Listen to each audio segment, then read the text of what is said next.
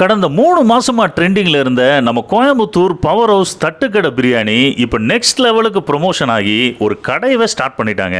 ஒரு 100 ரூபாய் தாளுக்கு அன்லிமிட்டடா லெக் பீஸோட சிக்கன் பிரியாணி, சிக்கன் 65 பீசஸோட சிக்கன் கிரேவி, பைனாப்பிள் கேசரி, வெங்காய பச்சடி, தால்ச்சா, ஒயிட் ரைஸ், ரசம் அப்படின்னு கொடுத்து பரபரப்பை கிளப்பிய தட்டுக்கடை பிரியாணியோட ஓனர் சரவணன் இப்போ கோயம்புத்தூர் டாடா பேட் ஆறுமுக்கு பக்கத்துல காமராஜர் ஸ்கூலுக்கு ஆப்போசிட்ல தட்டுக்கடை பிரியாணின்னு சொந்தமா ஒரு கடை ஸ்டார்ட் பண்ணிட்டாரு. மத்தியானம் 12 மணிக்கு மேல இங்க போனீங்கன்னா சுட சுட சிக்கன் பிரியாணி அன்லிமிட்டடா கிடைக்கும். அதாவது ஃபர்ஸ்ட் டைம் பீஸோட வந்துரும். நீங்க அதுக்கப்புறம் செகண்ட் டைம், தேர்ட் டைம் எத்தனை டைம் வேணா பிரியாணி ரைஸ் வாங்கிக்கலாம். சிக்கன் பிரியாணியோட டேஸ்ட் பத்தி சொல்ல வேண்டியதே இல்ல.